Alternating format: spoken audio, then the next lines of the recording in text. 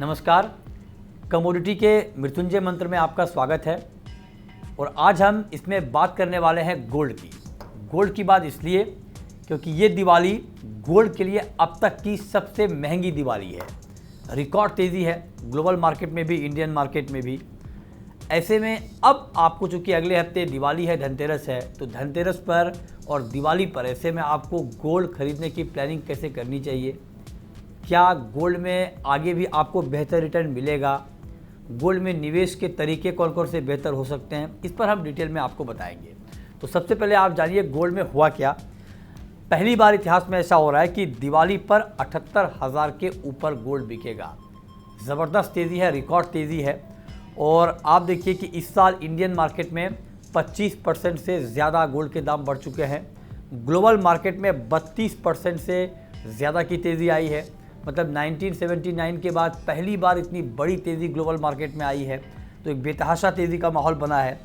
और अगर इस साल आप गोल्ड की चाल को देखें तो आपको देखकर यह अंदाज़ा लगेगा कि किस रफ्तार से गोल्ड ऊपर गया है।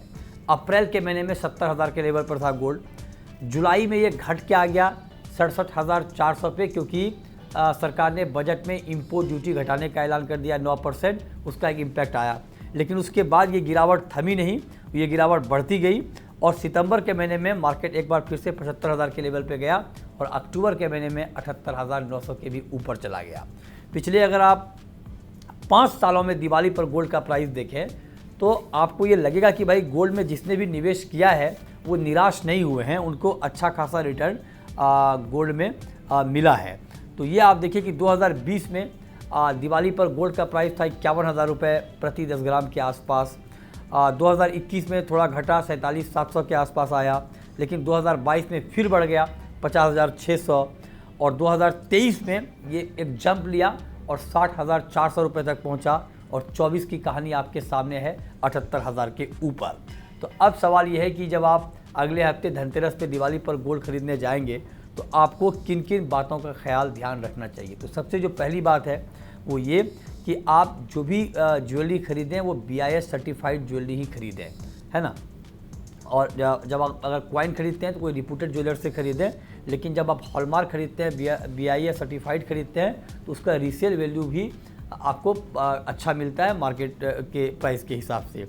एक्सचेंज ऑफ़र को समझें। जब आप ख़रीदते हैं और आपके दिमाग में ये है कि आप इन्वेस्टमेंट के लिए बाई कर रहे हैं तो आप एक्सचेंज ऑफ़र को समझिए कि जब आप एक्सचेंज करने आएंगे तो आपको किस तरह का वहाँ पर प्राइस मिलेगा।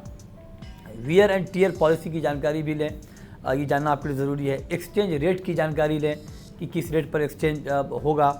और मेकिंग चार्जेज, चूँकि अलग अलग ज्वेलर के अलग अलग होते हैं तो उसमें मोल भाव की गुंजाइश होती है। तो अगर आप ज्वेलरी खरीदते हैं तो उसमें आप बार्गेन कर सकते हैं मेकिंग चार्ज को लेकर के।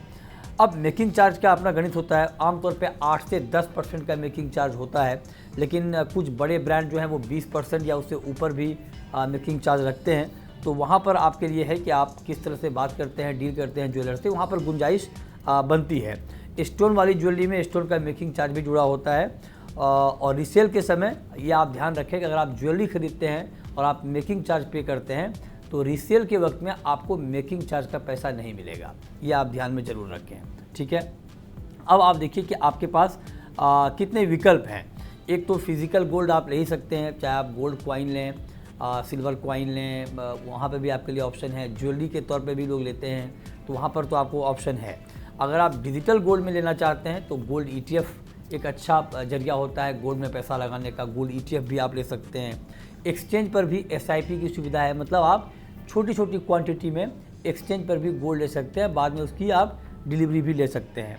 और किसी जाने माने ऑनलाइन प्लेटफॉर्म से आप ऑनलाइन गोल्ड भी ले सकते हैं। तो बहुत तरह के विकल्प हैं, फिज़िकल भी डिजिटल भी, आपको जो सहूलियत लगे। लेकिन हाँ, आप ये बिल्कुल इंश्योर करें कि अगर आप फिज़िकल ले रहे हैं तो आप पूरा एकदम क्वालिटी का ध्यान रखें, सर्टिफाइड ज्वेलरी गोल्ड लें। और अगर आप डिजिटल लेते हैं ETF तो ठीक है, आप अपने हिसाब से चुन सकते हैं। ऑनलाइन प्लेटफॉर्म चुनते वक्त आपको ध्यान रखना है कि कोई रिप्यूटेड ऑनलाइन प्लेटफॉर्म हो ताकि आपके साथ किसी तरह का फ्रॉड ना हो।